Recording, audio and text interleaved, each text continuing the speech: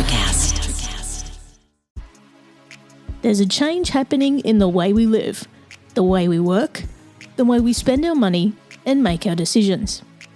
We are evolving to be more conscious in our actions in a way that serves the world and makes it a better place. Welcome to the Ethical Evolution. The Ethical Evolution podcast is brought to you by Ethical Change Agency. I'm Bindi, I'm the founder, and my mission is to help ethical entrepreneurs and holistic healers to find their voice through spiritual coaching and podcasting. I'm honoured to bring you the stories of those who create change through healing, kindness, innovation, purpose, and spirit. Understanding that to create collective change, we need to be the change. It all begins with us. Susan Bratton, intimacy expert to millions, is a champion and advocate for all those who desire intimacy and passion their whole life long. She is a co-founder and CEO of two corporations, Personal Life Media Inc., a publisher of heart-connected lovemaking techniques and bedroom communication skills, and the T20 LLC, a manufacturer of organic and botanical supplements that enhance sexual vitality. A best-selling author and publisher of 34 books, Susan is unstoppable as she is featured around the world educating millions of people. She joins us now on the Ethical Evolution for a fun, real, connected and honest conversation on intimacy. Welcome, Susan, to the Ethical Evolution. Hi, Bindi. I love the phrase ethical evolution. It sounds so good to me. I think I was divinely guided with that one, and I'm so happy to be here with you today. Now, you're joining us all the way from San Diego. Now, a lot of people have heard of you, but for those that haven't, can you tell us who you are and what you do? Sure. Well, my title, you're going to love my title. My title is Intimacy Expert to Millions. And I actually came up with that title through my publicist who said, oh, the title you have now is way too sexy. We need to tone that down. Because my old title used to be Trusted Hot Sex Advisor to Millions. And she's like, is it hot sex? Are you the hot one? I'm like, yes and yes. All of the above. Yes, I am. Why not? If you're a sexpert, you better show up hot. I mean, my God, I think you should be radiating sexiness. That's how I look at it. But they toned it down to Intimacy Expert to Millions. And I'm fine with that. Because honestly, talking about sexuality, it does make people contract. We haven't had enough talk about sexuality. And so thank you for your bravery for having me on. And it's really the beauty of podcasting that's given us a platform that isn't so censored to have important conversations about many things, including sensuality. So good on us. Yeah. And, I'm on several shows, but it's becoming a regular topic for me in different conversations. And I mean, firstly, why do you think it is that we shy away from that? Why don't we want to talk about it? Well, the first thing is that I think that the patriarchy likes to oppress women. And so we are shamed for our desire. They're afraid of us when we're fully in our sexuality. There's religious repression as well as cultural and societal repression. And it's just another way to subjugate people. So I think that's a lot of it. Yeah, absolutely. Now, the theme of our episode today is we're going to talk about ethical intimacy, of course, which, oh my gosh, you could just pull that apart in so many ways, couldn't you? Now, one of the foundations of that is actually looking at the honesty in our relationships. Do you want to tell us a bit about how you work with people in that?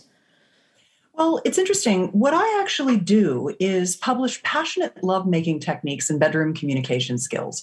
I run two companies. I'm the CEO of a company called Personal Life Media, which is a publisher of content, audio, video, and ebooks that teach advanced orgasm techniques and communication skills. And then I am also the CEO of a company that is a supplement company, and we manufacture super premium organic sexual vitality supplements, which is primarily for blood flow and libido botanicals. So I don't work with people one-on-one. What I really like leverage a lot. And I like to have my times for my beach walks. I was just telling Bindi that I just got back from a gorgeous beach walk here in San Diego just before we were recording this for you. And one of the things that I like to do is I come from the Silicon Valley of California, and I had a very, very good primary career as just at the time that the internet was formed and exploding. The company, the first very successful company that I worked for, invented the cable modem. So we could get high-speed broadband internet access. Wow. And my God, has that changed everything. And actually, Personal Life Media started out as a podcast network over 15 years ago, which is crazy to see that it's finally, I was way ahead of my time, Bindi, way ahead of my time. So when I work with people where I give people the techniques. I like to create techniques, and I've created hundreds and hundreds of them, whether they're pleasuring techniques or communication skills. I teach people how to transform having sex into making love. And a big part of that is in getting people to trust themselves, trust their body's wisdom, trust their intuition, trust that they have different needs on different days, trust that whatever it is that's right for them in that moment is right for them in that moment, and that they shouldn't be looking externally to pornography or what other people are doing or any kind of media like movies and televisions, which really depict such a narrow focus of what our pleasure and intimacy connection potential is. And so the way that I help people is I teach them how to do things like, for example, one of my best techniques is called the Sexual Soulmate Pact. And it essentially, a lot of women say to me, I don't know what I want, but I know what I'm getting, isn't it? And especially women who have male-bodied partners, they often say, I don't want to say anything because I don't know what I want, but I know what I'm getting, isn't it? But I don't want him to contract. I don't want to hurt his feelings. I don't want him to shut down in the middle of sex. So I just kind of go along with whatever he does. And this is where I really like to empower people who are more shy, who don't have necessarily the bedroom confidence or experience yet, because we mature through our whole lives. And our sexual maturation is one side of the same, it's the other side of the coin of our personal maturation. What we wanted to do in our 20s is different than our 30s is different. I mean, I'm 60 and I'm having the best sex of my life. Hopefully this afternoon. No way you're 60. Oh God, I am. It's funny too. I just got back from Belize and I did my 59th dive. I'm a scuba diver. I started at 55 and, I got back and I thought, oh, darn it. I wish I should have done one more because I could have done my 60th dive in my 60s. And then I thought, I'll just go do one here in San Diego, But when I teach people things like the Sexual Soulmate Pact, it's kind of this technique where it says, you know what you want. Once you acknowledge that every day your body is different, especially if you're in a female body, especially if you're an XX chromosome person, you run on this 28-day cycle with the moon. And sometimes we want things strong and, ravishing and, really surrendered and athletic. And other times we want to be held and soothed and stroked and talked sweetly to and allowed to get things off of our chest. And sometimes in the same lovemaking session, we'll go from one to the other. I mean, one of the things that we're learning to do as women especially, but all people across the gender spectrum are learning about how to live more fully into the masculine and feminine. And I don't even like those words anymore, Bindi, because the masculine is supposedly and allegedly this, strong and dominant, and they're running and the feminine is supposed to be this receiving. And I'm like, that's bullshit. It's like, we need to come up with some new terms for that stuff, because I feel personally that I embrace the full spectrum of masculine and feminine, and that we all do, and that we would be better served living into our full expression. So I think the the most important thing to understand is that if we listen, our bodies tell us what we want in every moment. And if we give voice to that, I call it reporting in from our animal. If you imagine the tree of life, and, there's the branch with the dolphins and the whales, and there's the branch with the ponies and the puppies and the bacterias and the mushrooms. And, there's so much life. We live in such an incredible planet. And here we are. We think we're like the top of the food chain. We think Homo sapien is this incredible thing. But if you look on the tree of life, where are we? We're on that branch with the bonobos and the chimpanzees and the orangutans. We're a great ape. We're a monkey. We've got a monkey mind and we have a monkey body. And we're animals. We're people that have these giant egos living in these animal bodies that deal with the vagaries of how much sugar did we eat? How much junk food did we have? How much sleep did we get? Are we drunk or high? All this stuff.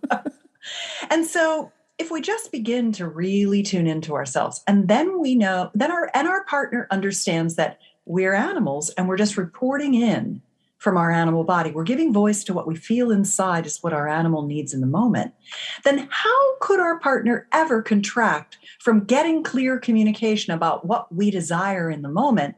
How could they possibly know what we want when we don't even know ourselves till we get there? And when things change on a dime, I don't like that all of a sudden. That's nothing they did wrong.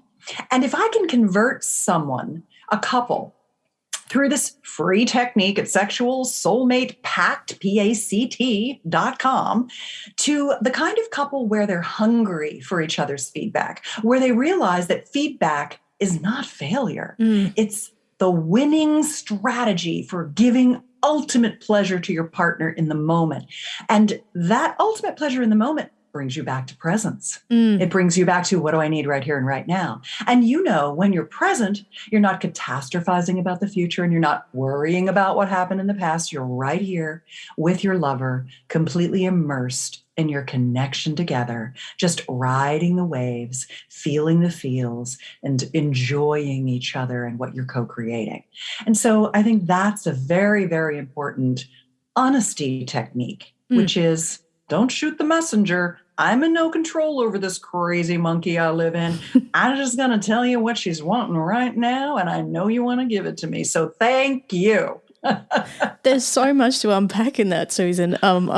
Gosh, it's funny that you mentioned, the monkey and the animal in us. I was just reading about the reptilian brain this morning, and how alike we are to animals. And, the other, yeah, exactly. But the other part is, when it comes to intimacy and, one-on-one with each other, often we don't know enough about ourselves to tell someone else. And we're not actually, as you said, present. So you could be in that moment, but your mind is somewhere else and your body's there. And you're focused on something else, not actually what's going on. And it's when you can be in that present moment and connect truly and honestly, that's where the magic happens. Yeah, I always think about that lovemaking. I like to say I transform having sex into making love. That's really what I do with my techniques. My techniques are about passionate lovemaking, heart-connected, conscious lovemaking techniques. That's my sweet spot. And when you are present and in the moment, it really changes everything. And you can't know what you're going to want in any moment until you listen. And you do intuitively and deeply. Your body, she's telling you. Do you know the word yoni? Yeah. For a woman's vulva? Yeah. And the lingam is the man's penis. Well, I always think your yoni is just down there to you the whole time. She's telling you. All you have to do is just tune into her. She will let you know what she wants. And that's it. People need to develop that intuition because they're not that connected with themselves to actually listen to what we're telling ourselves. Lovemaking is a mindfulness practice. You know, one of the things that I've been doing and I'm about to do after our podcast, I'm having a date with my husband. We're having an expanded orgasm date. Wow. And an expanded orgasm is a couple's practice. It's a clitoral stroking technique that allows a female body to go into the moment of climax and stretch that moment out. Like time becomes taffy that you pull. And so instead of you having this kind of a climax, you are just in a big wave and you are riding a big wave from way, way out to sea all the way into the shore. And then your lover pulls you back out and you ride another one in and it's even bigger. And you ride another one in and it's even bigger. From a simple delicate clitoral stroking technique. And what happens is that the two of you are actually in a conjoined trance state, a meditative state, just like meditation. It's a trance. The delta or the theta brainwave state of orgasm is the same as meditation. And so many people have called this particular practice, we call it expanded orgasm because the particular flavor of program that we created with one of my mentors, Dr. Patty Taylor, uses a lot of Kashmiri Shaivist Tantra techniques. But you may have also heard about it as orgasmic meditation. That was a particular flavor that's been going around and being taught at various places for singles who want to kind of meet up and learn the practice together. But what it does is it gets you forgetting everything and gets you really good at staying in the focus of the orgasm. When you're riding those big orgasms, you are focused on sensation. You're in sensation. And for many women and men, they feel like they struggle. They're worried. They have performance anxiety. And the feminine body, specifically the XX chromosome Homo sapien, being estrogen dominant, estrogen is the worrywart molecule. It has us worried and protecting ourselves. And so we have our eye on everything. Our reticular activation system is always on high because we don't walk safely in this world like the XY chromosome Homo sapien. That testosterone dominant being is confident. He doesn't worry about getting beat up. He doesn't worry about he's the predator, not the prey. We're the prey. And so it just takes women a lot of practice to come into presence. And it does take the masculine who's always strategizing. They want to do such a good job. You know, the masculine is raised unfairly in a pecking order where they're either winning or losing. It's very black and white for them. They don't work on teams like the feminine does. Like we're taught as women, we're taught to work on teams. The masculine, if he's not winning, he's losing, and he doesn't like to lose. So he wants to do a perfect job. And so he's driven to kind of like be this kind of prescriptive, I'm strategizing, I'm doing these things to you. I'm going to affect your pleasure rather than learning how to drop into the moment, into this place of interplay. And it can be any gender that has these problems, but generally it's the estrogen versus the testosterone difference that kind of informs these behaviors. And the expanded orgasm practice helps both partners. It can be done any gender, but it's generally stroking a clitoris from any gendered partner. And when you're both doing that, you're actually, if you're getting stroked, you're surrendering to the strokes. Your partner is doing the stroking, giving the stroke, so taking you on the journey.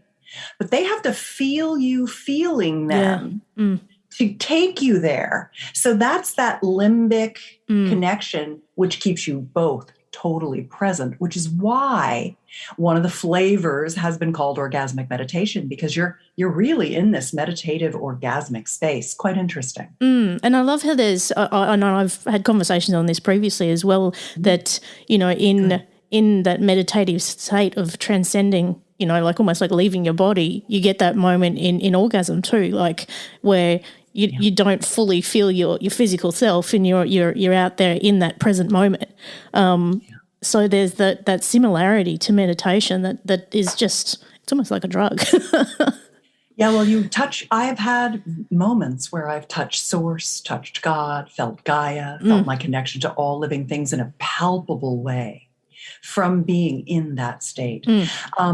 There are 3 free pleasure reports at expandherorgasmtonight.com that explain what an expanded orgasm is, how to do something called peaking, which is a very interesting strategy for increasing orgasmic pleasure by almost waiting a beat when you're delivering sensation, and then you stop for a second and the person is reaching for pleasure, and it heightens their erotic pleasure and their sensation. And then the third report is something called touching for rapture. It's in a nutshell, it's kind of this notion that instead of touching for effect, I'm going to rub your skin, Bindi. I'm gonna rub you and make you feel good. It would be so much better if I touched you for my own pleasure. And when I touched you and felt you, I was actually feeling the pleasure of touching you. It gets people away from this, I'm doing you. Yeah. And into the we're being together. Which is the heart space that we're dying to be in, the intimacy that we crave. So those are some really nice free downloads from expandherorgasmtonight.com that I think really improve a lover's overall ability and joy. And that's it. You know, some of us get so stuck up on the sex, the actual physical act of it, rather than the intimacy with our bodies. Yeah. You know, just touch alone, without having to get into the nitty-gritty of genitals or anything like that. That alone can do so much more. Would you agree? There's 4 kinds of touch. And I think it's always a nice distinction to explain to people, because once you get distinctions about touch, it dimensionalizes your pleasure. So there's nurturing touch. That's the touch you give a baby. There's healing touch. You know what that is. That's like a massage. There's sensual touch. And then there's sexual touch. And I think once people understand those 4 different types of touch, then they can start also exploring other things like thinking about not just rubbing the skin, but actually rubbing what's below it. Penetrating the skin with your touch so that you're touching the meat of the person, you know, just that is an interesting distinction. Or spongy touch or draggy touch. I mean, there are so many ways you can define the kind of touch you'd like to have. And then there's things like, you know, I teach a lot of yoni massage techniques. At betterlover.com, I have a lot of videos that are free that teach yoni massage. And one of the things that I think is really important with yoni massage is that when you're thinking about the feminine genitals, you're thinking about the fact that we have as much erectile tissue as our penis-owning partners and friends, and yet we women are always rushed for sex, because if we're with a male-bodied partner, they're ready to go way before we are. They get a bath of testosterone every day. They're perpetually horny if they're in good health. They're just way faster than us. And they have this benefit of hemodynamics, which means that the blood flows straight down into all those spongy chambers of their penis super quick and locks off and gives them an erection. Where for us, we're more like an English muffin, where what do you call them, crumpets? Oh, yeah, well, yes, both. We have both. Yeah. So, the crumpet, you get it out and it's kind of a little raw looking, and white and pasty, and you stick it in the toaster and it pops up. And you're like, oh, I like it a little crispier. And then you pop it down again, and then it pops up. And you've got your hard butter fresh out of the fridge, and you slice it with the knife, clank. And you get this piece of butter and you stick it on the crumpet. And then you have to wait for it to melt into all the nooks and crannies. And then it's just perfect, right? That's the yoni. The yoni is the crumpet. It has as much erectile tissue completely surrounding the vagina. It's like a beautiful bracelet of pleasurable, tissue, but it's a crumpet and it takes a while to get the blood flowing in. And so women are so rushed to sex that we often don't enjoy it as much as our male-bodied partners. Have you heard that thing that Dr. Lori Mintz did on her TED Talk, the orgasm gap? No. It's really cool. It's like mind the gap. It's the difference between how easy it is for a penis owner to have an orgasm from intercourse and how much harder it is for women who struggle to have orgasms from intercourse.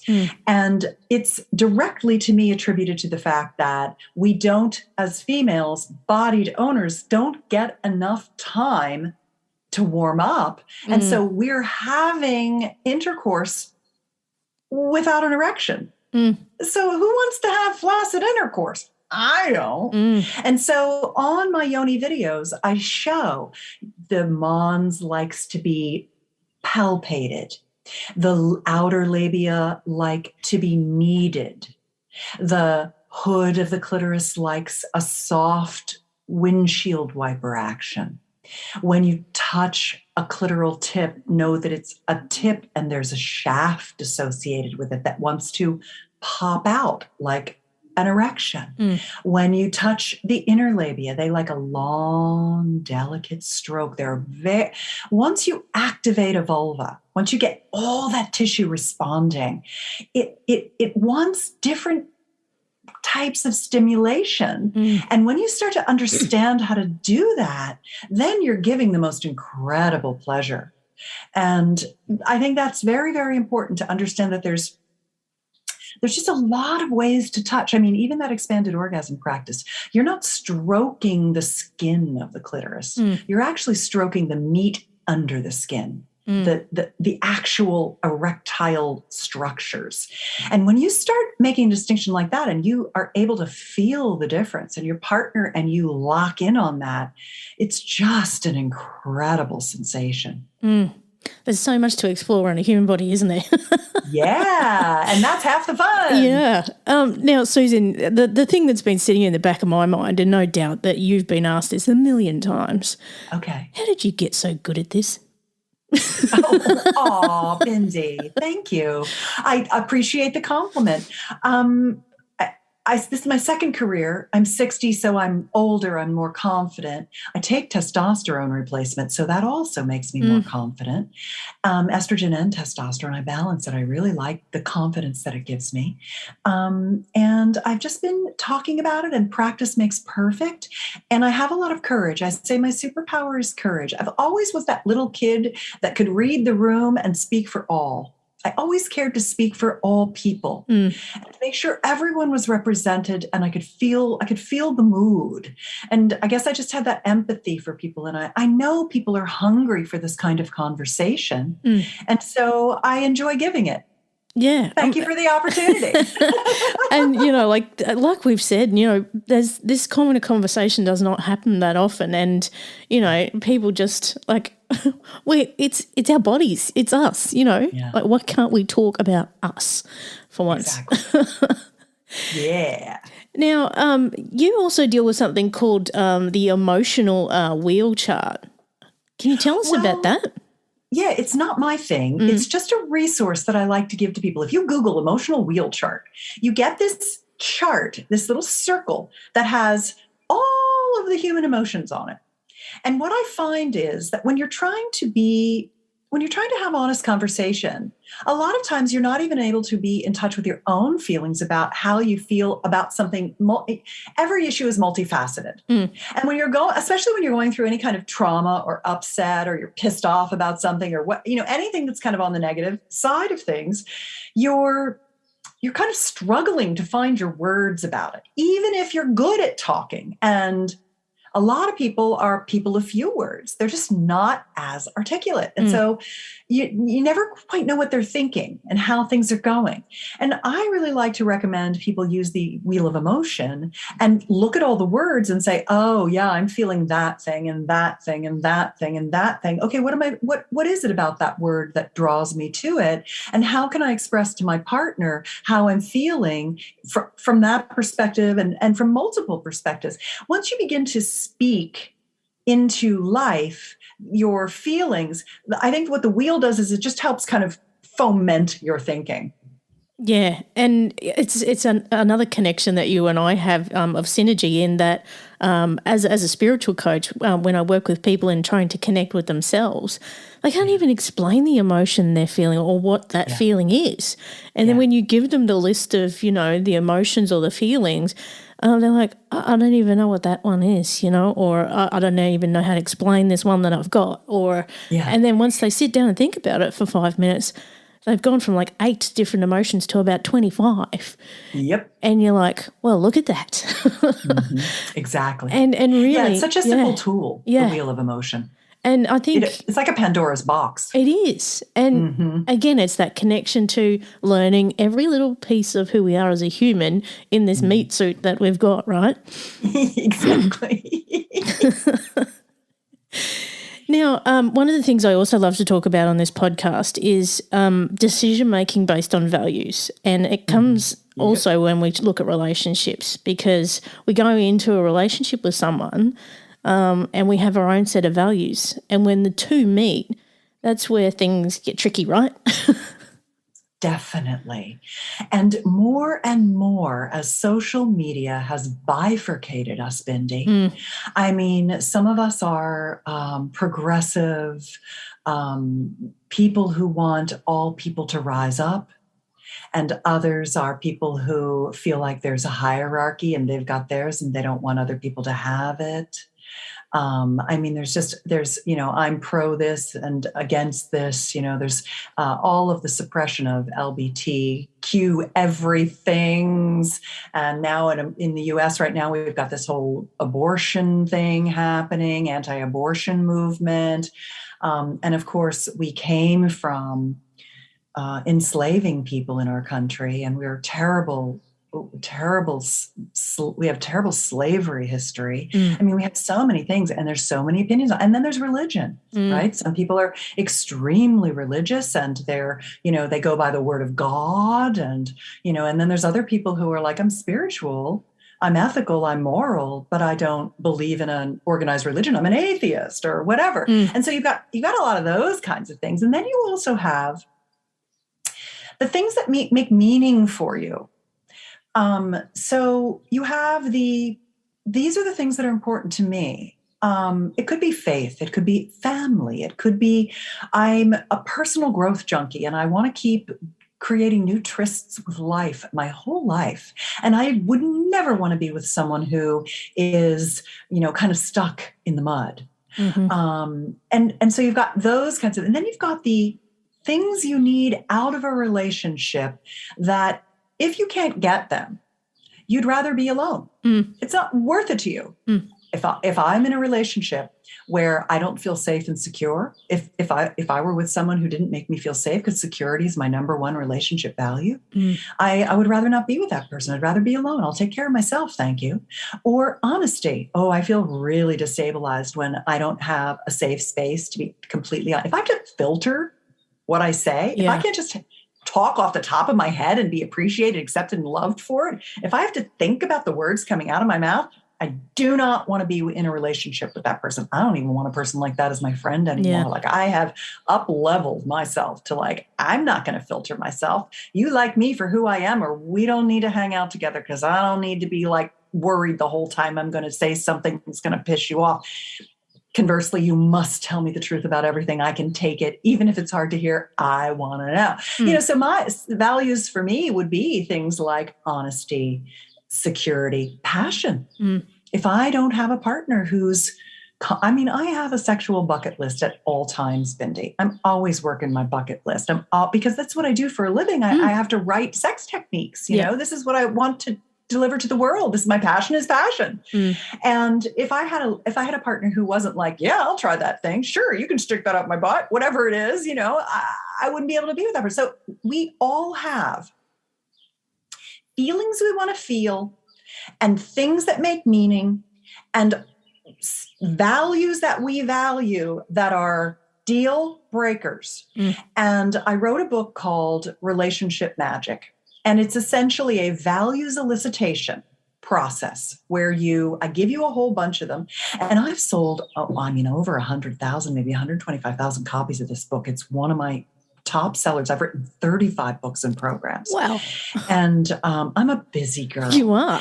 I got thinkings. I've got so much thinkings to do. So Relationship Magic, if you go to myrelationshipmagic.com, don't buy it on Amazon. Just get the download for half the price. It's like $9.95, I think, on myrelationshipmagic.com.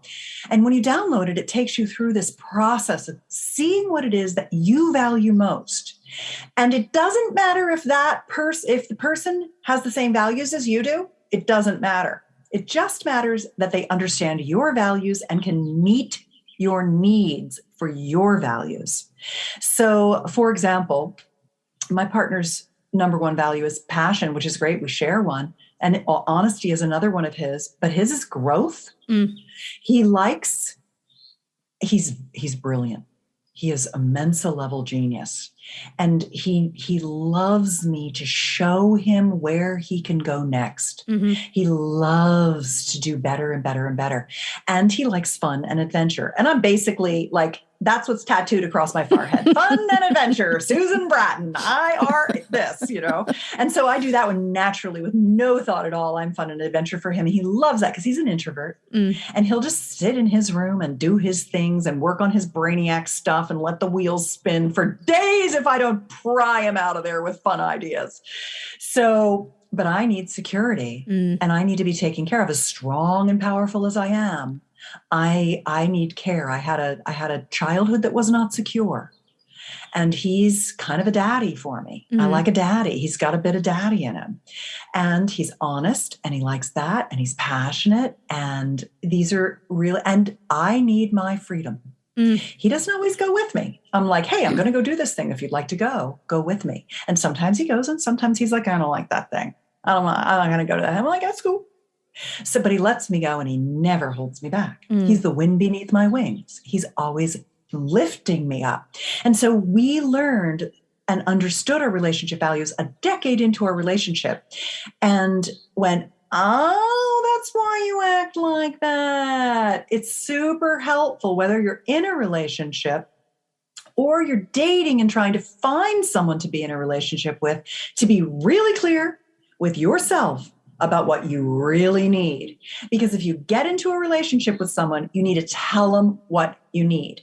And then you need to allow them to give it to you and you need to show them how to do it. And if they can do it, then they're a good person for you. But if they keep missing the mark on the things you need the most, it's not the right relationship for you. So it's as important for singles as it is for couples. And it makes it super easy to be in a relationship when you know each other's relationship values, because you just work those top 4 things and you feel like you're 80% of the way there in a perfect relationship. It's unbelievable how handy it is. And that's a values-based relationship strategy, if you will. I love it. I love it. And whilst I'm not in a relationship currently, I to manifest that perfect partner, I have my list and I know exactly what I want, and I will not take less than I deserve. What do you want? Oh, it's a long list, trust me. Well, give me some of the top ones. Well, very similar to you, someone who's ambitious, someone who actually is here to make a difference, and has passion and wants to have fun and doesn't want to hide away, actually wants to live life. So those are like just some of the top ones. So, because I'm not someone who wants to sit back and not be seen and not be heard anymore. And so that is a big thing for me. And that can be intimidating to some people. And if they can't handle that, then it's a non-negotiable for me. So you want someone to support your fabulousness and believe in you and be happy for your growth. Yeah. So very, very similar to you in that, I know I'm going somewhere and I'm not going to stop. So I will send you the workbook so you can figure out what your top 4 values are. And it's kind of a multiple step process. It's easy, but it's a multiple step process where you figure out what your values are and then you write down what would a partner do to show you that you were getting that experience from them. For example, for security, for me, we always have money in our savings account. The bills get paid on time. The doors are locked and we have a burglar alarm. Our cars are in good repair. We always have health insurance. I can always turn to my partner with our safe word because, I mean, in my line of work, there are people who can step over the line and I need to be kept safe. And so my husband knows exactly what to do if I turn to him and say, so how about that striped shirt? And he's like, oh, okay. Hey, I need you for a second. Come here, and gets me out of there. Because stripes is my word with him. And so safety is my number one thing. I have to be kept safe by my partner. So I always say he keeps his eye on the supply. He's always got his beady eye on me, always watching out for me. So it'd be good to know what yours are. I'll send you that book. Yeah, right. And any of my other programs that you want to, of Absolutely. course. That sounds amazing. Thank you. Sure. Now, another thing I love to ask guests, and I'd love to hear your answer on this, particularly because we're talking about ethical intimacy, is what does being ethical mean to you? Well, I think for me, it means telling your truth in a kind-hearted way. It means honoring your agreements and your partner's boundaries. Understanding that agreements and boundaries change, understanding that you will at times do things wrong, having the expansiveness of heart to say, I'm sorry when you screw up, being able to constantly have conversation about what you love about them, what you appreciate about them, what you adore about them, what you find sexy about them. I think that it's not withholding, not sweeping things under the rug, not walking on eggshells. It's not storing things away to bring them out later and hold them against. It's not allowing your boundaries to get tread on and then resenting them or being angry at them because you didn't stand up for yourself. I think a lot of ethics come from our own inability to tell ourselves the truth and to share that with our partner. It's our embarrassment about what it is we really want that I think comes from the core wound of I'm not lovable enough, I'm not worthy enough, and therefore I have to pretend like everything is okay and let you do what you want, even though it's killing me. Because if I told you the truth, you might not love me. And it's actually the opposite. How can you possibly be loved for who you are if you don't tell the truth about what you need? Yep. But we get that wrong time and time again. All comes back to honesty. Examples. Yeah. All comes back to that honesty, doesn't it? Yes. Honesty with ourselves first. Exactly. Which is hard. Now, if people want to find out more about you, Susan, where can they go? You could follow me on Instagram at Susan Bratton, SUSAN BRATTON, Susan Bratton. You can come to my betterlover.com video site that has hundreds of videos, including those yoni stroking videos, which are really nice. Conscious lovemaking, how to make love to a man, how to make love to a woman, all kinds of things that are really nice. And they're all free. Or you can come to my main website where I've been writing articles for 15 years on every subject you could possibly imagine about sex, love, and intimacy. And that's at personallifemedia.com. And it has a search box, as does Better Lover. So if there's something I said and you're like, I want to know more about that, just search that word and you'll get articles and videos. And I give away so much for free, Bindi. One of the things that I've realized is that sexuality is a low trust environment. And one of the things that I must do is if you like me, like, oh, I heard her on Bindi's show and I kind of liked her, but I don't know if I'm going to like her stuff. And then you come in and you get a free gift. You download the Sexual Soulmate Pact or whatever it might be. And you're like, oh, this was good. And I like those little hinges that swing big doors. Yeah. Something easy that I can give you that makes a profound shift in your life. And then you're like, oh, that's Susan Bratton. I liked her. Maybe there's more. And then sometimes people buy my paid programs that, oh, I want to learn expanded orgasm. That was intriguing. Or they don't. And it doesn't matter to me because I'm here because my passion is passion. I want to help everybody. And enough people buy my paid things that I do just fine. So that's kind of my thing is take as much as you want. Help yourself. It's a smorgasbord over here. Love it.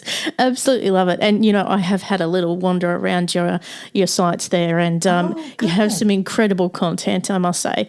I think if we could educate everyone, and I love to reflect on the change that we talk about in this show, which is the whole mission behind it. If we actually looked at the change we could make in ourselves when it comes to intimacy, imagine what a world we live in. Wow. I know. I think it's so true. I think the world might tilt a little bit, actually. Yes, it might be more loving and appreciative and sexy and fun and nurturing and lots of hugs and kisses and touch and looking in each other's eyes and just feeling so good together. What a world that would be, huh? Yeah. Now, I've got the last big question for you, Susan. Okay. What's the change you'd like to see in the world, and how can we bring it to life? Oh, I think that's what we just talked about. I think I answered it by accident a little early. I think I was ahead of my time. You always are. Yeah, often 15 years too early.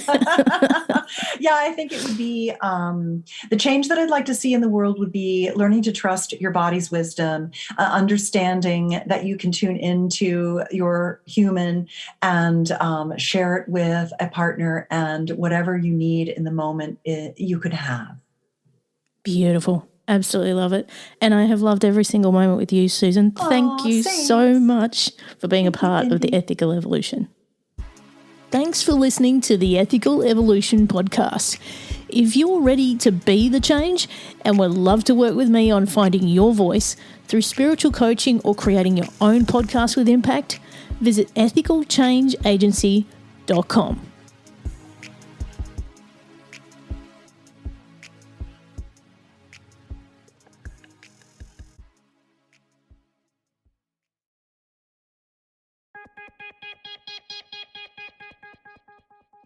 Step inside the marketing mirror to uncover marketing secrets, discover gems, tactics, lessons, and campaigns you can use, next gen or fundamentals.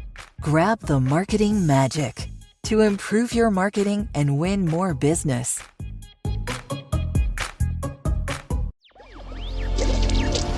Electricast. Hey there, fabulous souls. I'm Stephanie Baklaan. And I'm Eden Alpert. And we're the hosts of the brand new podcast, Unapologetically Fab. Get ready to join us on an amazing and real journey as we dive into life after 40 and own it. We're all about changing the narrative, leaning into who you are, and living a life by your own design. Join us as we embrace life unapologetically and redefine success. This is Unapologetically Fab, an Electricast production. See you there. Electricast. Electricast.